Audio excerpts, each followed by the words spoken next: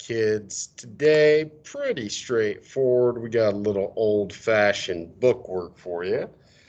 Picking up right after World War II, the world has changed. Okay, it's kind of hypocritical for these European nations, the Allies, to maintain a grip on all those areas that they had colonized in previous years, especially as these people are kind of screaming for independence. So what you see during these years is a wave of what we call decolonization.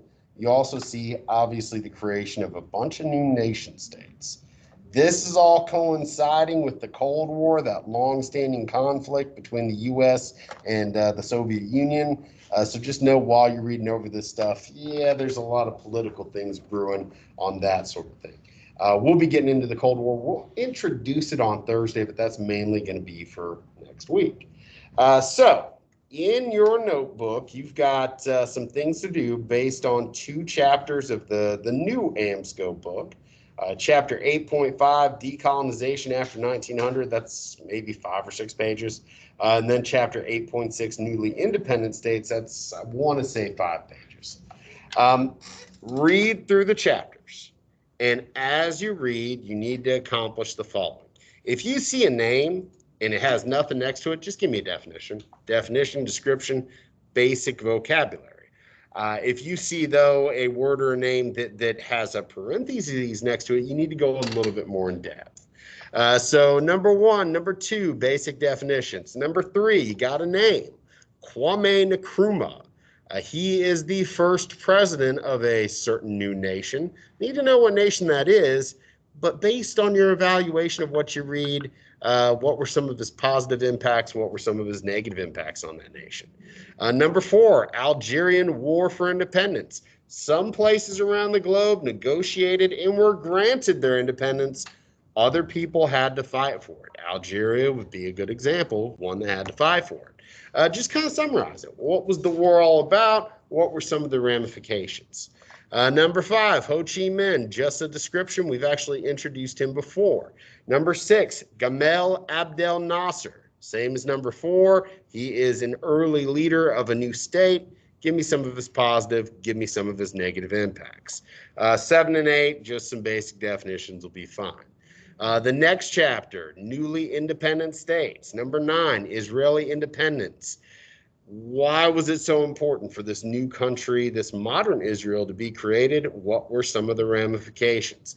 Khmer Rouge, basic definitions, but pretty wild stuff. Number 11, 12, and 13, I'm not even going to bother pronouncing some of these names, but these are all somewhat early leaders of some of these newly independent states. I want to know, obviously, what country that they're involved in, but what were their political and economic policies like? Did they work? What sort of things did they do? In all 3 of these cases, you've got governments really intervening in the economy to try to make things better. Did it work? And specifically, what did they try? And then finally, number 14, metropole, I think that's how you pronounce it, a basic definition. A decent amount of work, but not at all undoable. This is something that if you're diligent and you actually just read and do it, you could get done today. If you need a little bit more time, we'll probably have a little bit of time tomorrow. We're going to watch a few videos and discuss some things all related to this, but I'm thinking we'll probably have 15, 20 minutes left over. So if you need that time to wrap this up, by all means, do so.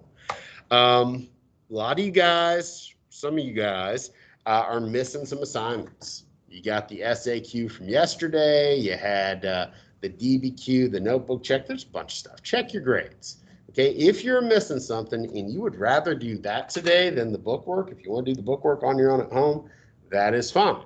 Again, you need to prioritize and figure out what's going to be best for you and your grade. Either way, these are some of the final notes that need to be in your notebook. So just kind of keep that in mind. This stuff is important. Notebook check number 2, that is going to be on Monday. It's going to be due by midnight or before midnight. Other than this, there may be one little bit of notes that we're going to do on Thursday that you'll need to add, but that's pretty much it. That is going to have a big impact on your grade, as it is both a daily grade and 1/2 of a test grade. Finally, something in the short term you can do to help yourself up. We do have that extra credit quiz, the Unit 7 personal progress check available in the AP Classroom. 24 questions, 24-minute time limit. You do need to finish in the time limit to get the points. But for every question you get correct, I will give you half a point. But that is going to close. That's going to close on Thursday night at 11:45. So if you want to take advantage of that, that would be something to kind of focus your efforts on. Other than that, pretty self-explanatory. Does anybody have any questions about anything for today or the next week or just anything? Okay. If you want to listen to your headphones, that's fine.